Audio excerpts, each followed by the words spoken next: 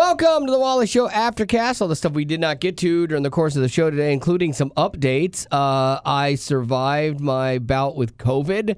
It tried to unalive me twice, but I did not succumb.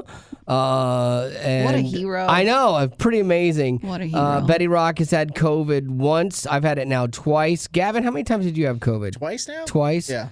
Pastor Chad, 47 times. He might still have it. I think he generally has he it. He just always has it.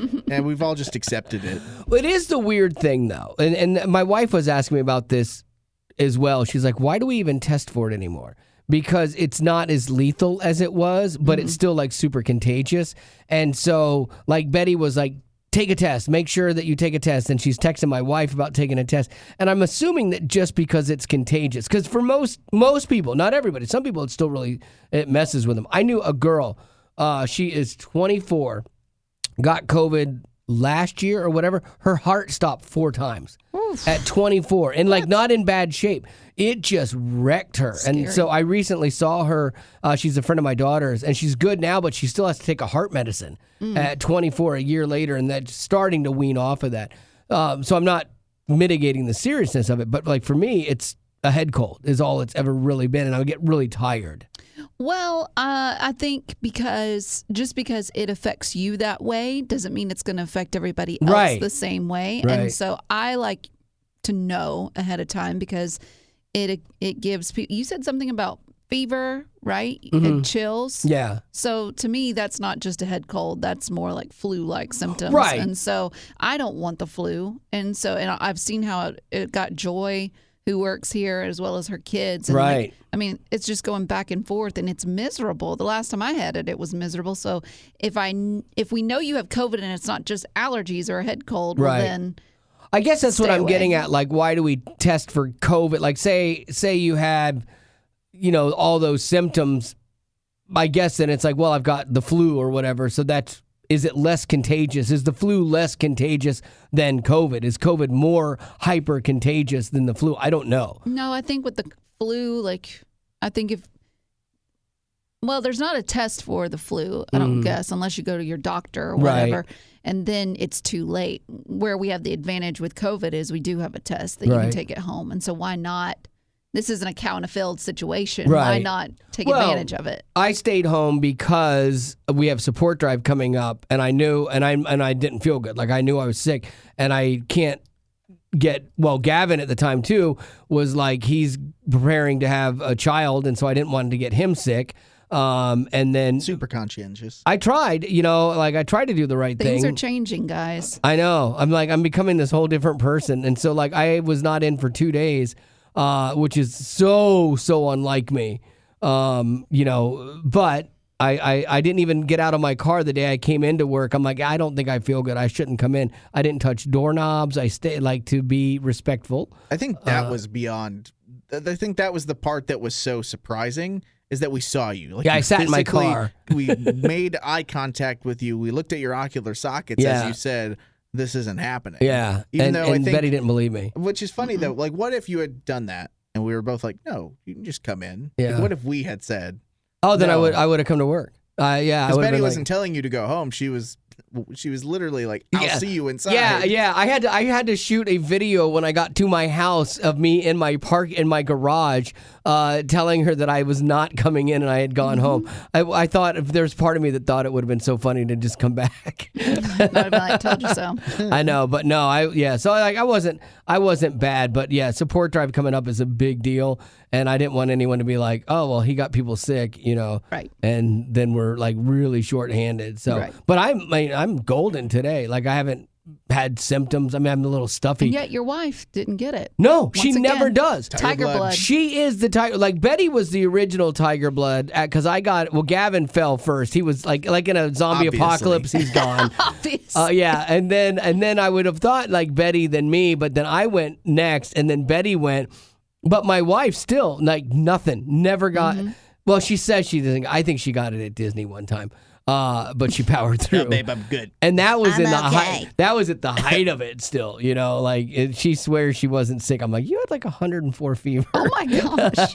I will say I broke out. I found COVID masks for me for diaper changing. Oh, because I'm not built for that, but it was weird to see those things. Like we used to wear those every single I know, day isn't it to weird? go to the grocery store, Yeah. to interact at church. Like that was such a weird and almost kind of quicker than I remember era. Yeah. In my head, it felt like forever. Yeah. But it was such a blip on the COVID thing. I still think it's weird when I see somebody in one now. I do just see, at random. I don't know if I just didn't think of it beforehand. Right. And maybe there were people that did it if they were cold. Right. Or if they were sick, but I see them, or at least I notice them all the time now. Oh yeah, I'm way more aware of it, and you're like, hey, did you remember how that really, they said it didn't matter? Anyway.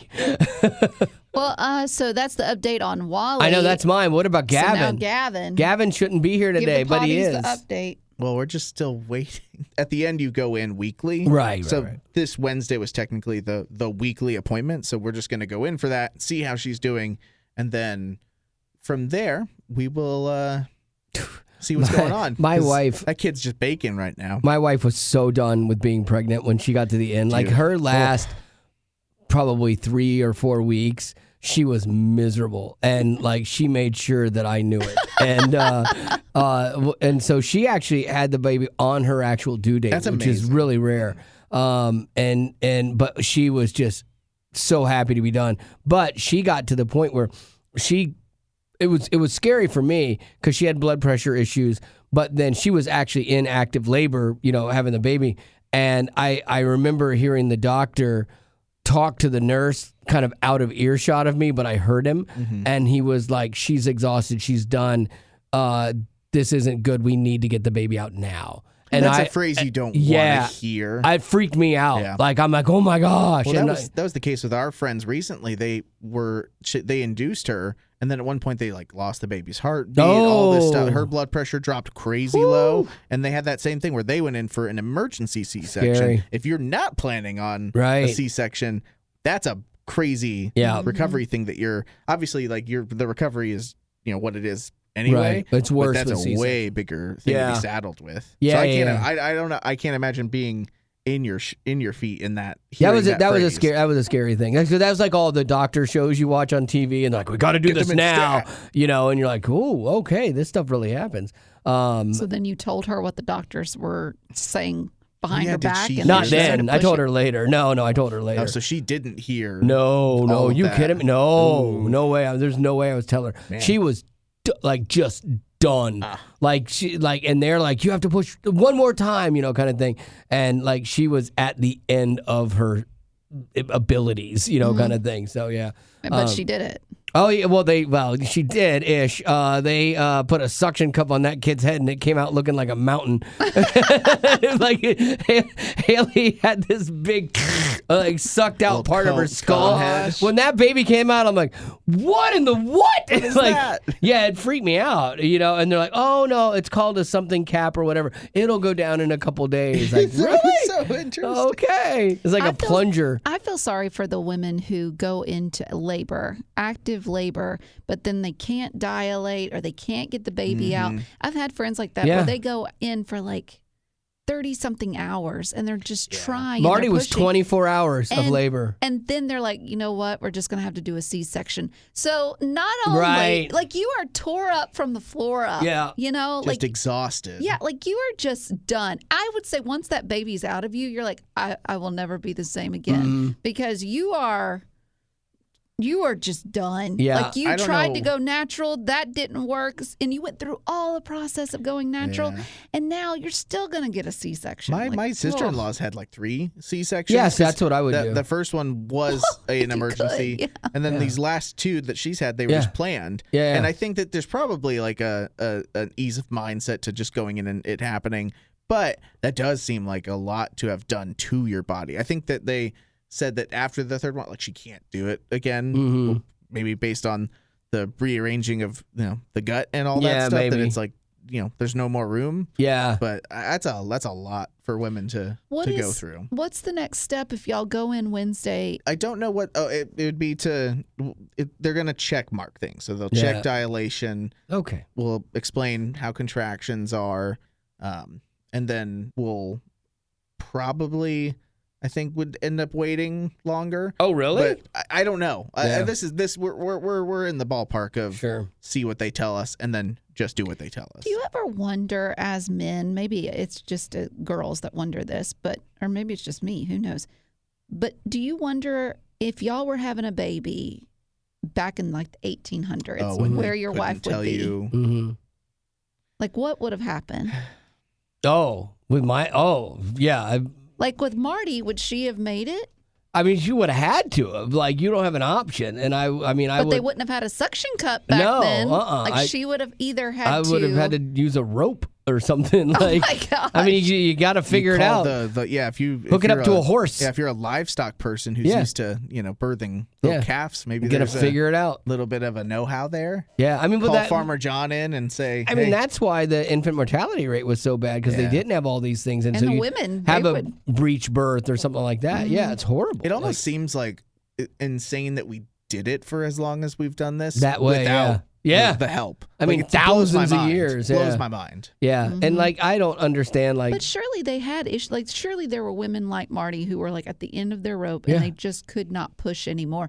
But what do you do? Push. And then someone sit on the stomach, maybe. And then with your wife, Haley, like surely there were women that had heart issues, that had blood pressure issues. And then what happened? They might have just women have just not worked. Women have become snowflakes. You're right.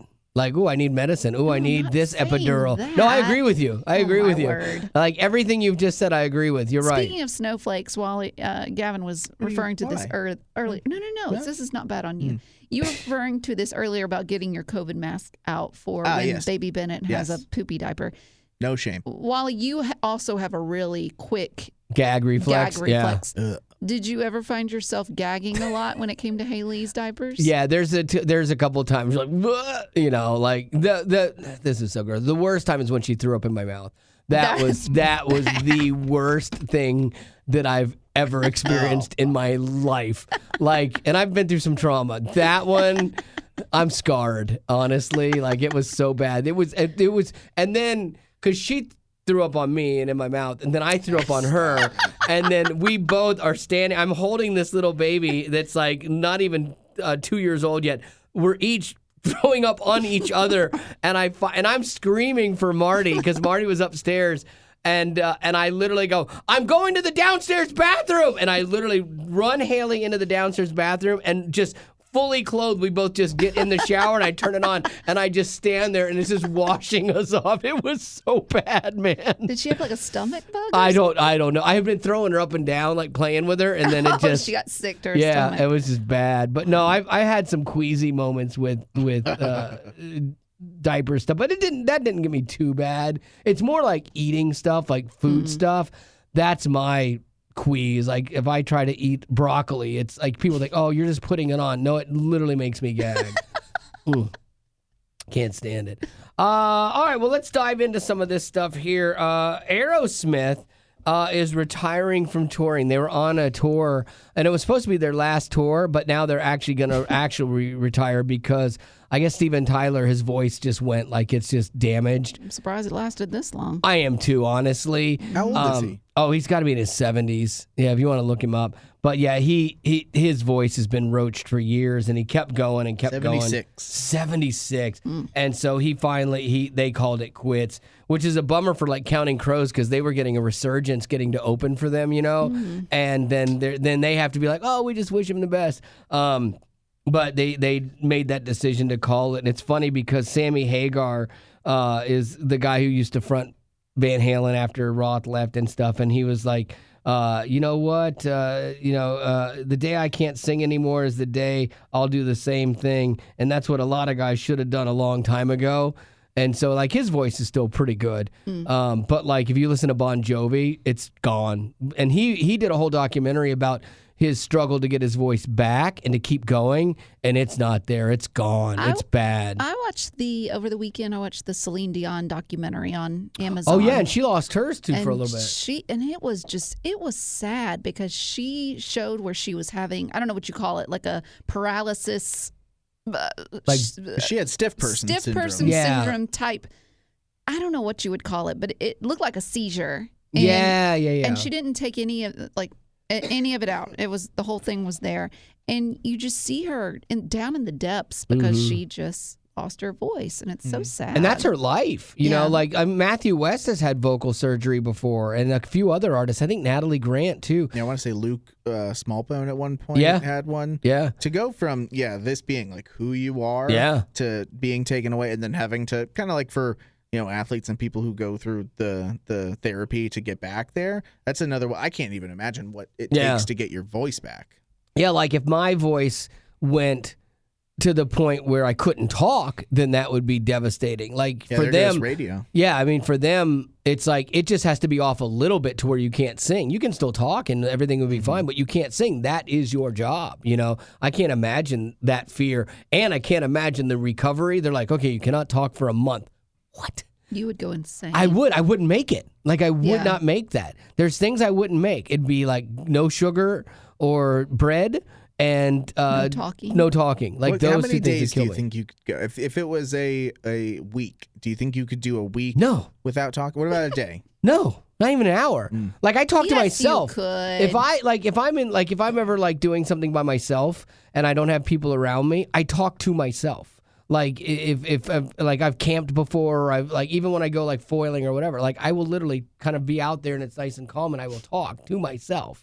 It's the craziest thing. Like I don't. Have you ever tried not talking? God's up there like, will this guy just stop? I know. Yeah. He's like, I know once saved, always saved. I might make an exception. Like, I can't stand this for eternity. I'm like, seriously? Loophole? Really? Yeah, I don't know. I could probably go a couple days, but then I would want to talk. Because I can think if I think back to like Gap Weeks, whenever Haley would the good leave old you. days when she was gone for when she'd go away for a weekend, it would just be me. And sometimes I'd have friends who weren't busy and we'd go do something, but for the most part I'd just be at home getting stuff done or watching a show, doing all that stuff. I probably did talk because I have dogs and it's like, come on, come here, like talk like that. But if I didn't have a dog, I don't totally know if I would speak. I talk to myself. I'm not a talk Marty's to gone. myself guy. Yeah, if Marty's gone for the week, I will walk around and I will narrate. I'm an out loud external processor. And so I definitely do that. I have conversations out loud. How long could you go? Oh, months. Without talking. Betty? That's to us, at least. Yeah. Like, she could talk. She's like, I could start now. She could avoid talking to us for months, but, like, if you just know words out of your mouth, the cats have to deal with that. Like, you just can't do it. Mm-hmm. I think I might could go a month. Yeah. Oh. I think I could. No way. That'd be so nice. That's impressive. See, that's why. When you're traveling, you get used to airlines canceling flights, and it's weather related, of course. Or our crew timed out, we couldn't get anyone there. There's a brand new excuse that Frontier Airlines got to use with some of their patrons. There was a flight that was going out, and it was canceled because the pilot just got arrested. Can you imagine making that announcement? We're sorry to inform you that your flight today is canceled because our pilot was just taken out in handcuffs. You're about to hear us read him his rights. Yeah, it was a serious thing. Like, he was arrested for, it was like domestic battery, like violence. And so you're like, yeah, but then this is the selfish nature of all of us. Like, if I'm there and I'm like, okay, so he's not hitting anyone at work or hurting anyone at work, why don't you wait till his day off? Because then you're going to really ruin his day, and you don't ruin mine by doing it during a work day. We could have made this flight. But if it was at the home and it was his wife trying to get back at him, wouldn't you want to do that? Make sure that happens during his work day when he can be very embarrassed? Well, and that, or you just want to make it stop, in all seriousness. Like, it just has to stop now kind of thing. But yeah, so that was definitely a weird thing. But the bigger surprise in this story is Frontier Airlines actually did the right thing. They gave affected customers the option to get a refund or a credit. And they could be rebooked on the next flight later that night. They provided a $100 flight voucher and overnight hotel and accommodations as needed. So, they actually did the right thing. Yeah. I guess when it's on a small scale like that, it's much easier for them because you affected maybe 100 people or 200 people versus like when Delta had their full outage and they were like, sorry, everyone's hosed. We're all just hosed together, is how those stories usually go. Lady Rock, what do you got? The British Museum is displaying a new ancient artifact. It's a 3,200-year-old Egyptian tablet. 3,200 years old. I like history like that. That once was this tablet was once was a work supervisor's attendance sheet used to register the reasons workers of the Great Pyramid couldn't show up to work. There's no way that's real. Do you think is that a real story that wasn't like on The Onion? No. I guess that they were able to figure out what the hieroglyphs symbols on the tablet showed. But it turns out workers in history were calling out sick just as much as people who do now. I thought the thing was built by slaves. Like, you couldn't call out sick or you were killed. Well, the managers might have I don't know. Yeah. The only thing different are the excuses used. Right. So this is so wrong. The top 3 excuses that they saw on this tablet were, my mother is ill. Okay, that one works, a few times. Yeah. Another one was stung in the eye by a scorpion. Stung in the eye? That's the next desert, level. In Egypt, I guess. You are going to come across a scorpion every now and then. Okay, that's a good one. And I'm assuming that's going to that's easy to prove is wrong. So. Right. And this one you would think would be easy to prove as well. But the top excuse for missing out on work was embalming deceased relatives. Which is for the Egyptian culture. It's a big deal. A solidly and maybe big deal. it was a week-long thing. Maybe it was like a mourning period might have been longer than, Yeah, I don't know. And I'm assuming that people passed a lot more frequently, yeah. Nowadays. That's really funny that this is documented, that this guy's over there with a tablet with a hammer and a chisel. He missed work because he got hit in the eye by a scorpion. Great. Ray's out again embalming a brother. Okay, fantastic. Ray, I know you only have one brother, so you better switch it up for next time. Right. I don't know if get that was back to their you in warning. 2 to 3 business days. Oh, that's so funny. I'm not sure. Back then, even employees stunk. I would hate running a business, man. But look at the Great Pyramids. They're great. They are. That's the reason they call them great, because somebody showed up to work. Ray, it wasn't for him. Yeah, we did this without Ray. Let's be honest. Ray was the worst. Pyramids were built without Ray. Do you got any birthdays? I do not. But we could do a question. Let's do it since we were out for 2 days. Oh, by the way, thanks for holding down the Aftercast. The potty forward. The potty. Yeah, there you go. Thank you for that. An Aftercast, yep. Glenn, this is a question from Glenn. Kind of a serious question. Okay. Does age difference in a relationship really matter? I mean... Oh, you mean, okay, yeah, like you're dating someone a lot younger or older than you. I think Betty thinks it matters more than I think it matters. Mm-hmm. Well, only one direction. Yeah, it depends on the range and what direction. Yeah. And see, that's the thing. Like, it's different for whether it's the woman is older or the man is older. Right. And it's different for the guy and the girl. So, like, for you, Wally, you married a woman. Marty is a little bit older than you. Yeah, 7 months. Yeah. So we're the same age, basically. But did that ever bother her? Did it ever bother you? No. Because to me, it's about frame of reference. Like, to me, like, you were raised as an old soul, and so that's why you could date somebody older than you, and you would know the same type things. Yeah. I think that's the big thing that you have some commonality in beyond your calendar age. It's like, I think where it gets weird is when somebody is like 70-something. I met a guy at a wedding. He's 72 and his wife is 40. And so he's 30 years older than her. Wow. Yeah, he's got game. And so you're like, what do you talk about? Mm-hmm. Now, as you get older, the things get more closely aligned as you get older, but you still have so far out. You still have references that the other one doesn't understand. But also, when you're younger, the references I think are important. And it depends on how involved kids are per se, because that 70 has great grandkids, grandkids, someone in their 40s, depending on how if they have kids, might just have kids. They might just have kids. They might not, have grandkids. I like Pastor all. Chad's 45 and he has 5 kids and no grandkids. Now, if you had, how old would you say that a friend of yours, a male friend, if you heard that he's getting married to a woman that's this age, so either younger or older? Oh, what do you say is the oldest you would be? I'm okay 20, with, and the youngest you'd be okay that I with. wouldn't bat an eye at. Yeah. If I'm 28 right now, let's say your friend is the same age as you. So if my buddy's 28 and he told me that he was getting married to a woman who was, I would say if he mentioned anything past, I think 38, I would sit there and go oh, that's it would cause me to think if it was 10 years. If it was 40, I'd be like, what's happening there? Yeah, it make you think about it. So, and then 28, 18.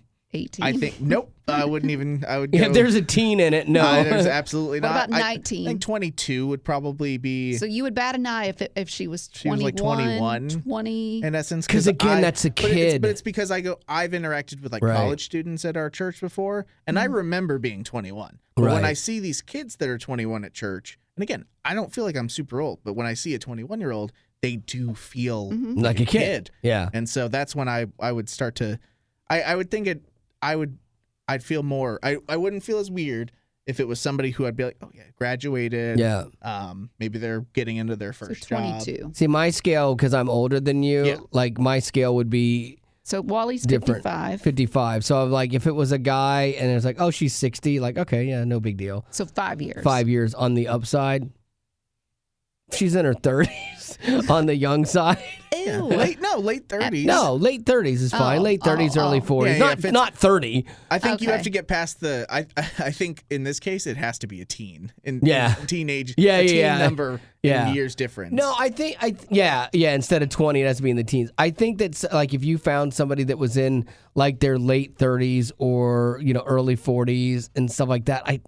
Again, it comes down to references, how are they, so that you can actually talk with them. Because and again, it's not that's a huge grody thing here, but you guys do understand most of each other's reference points. Yeah, how I'm 17 years older than you, I think. I think I'm 17 years older than you. When's your birthday? But we have a lot of the same references. We understand a lot of the same things.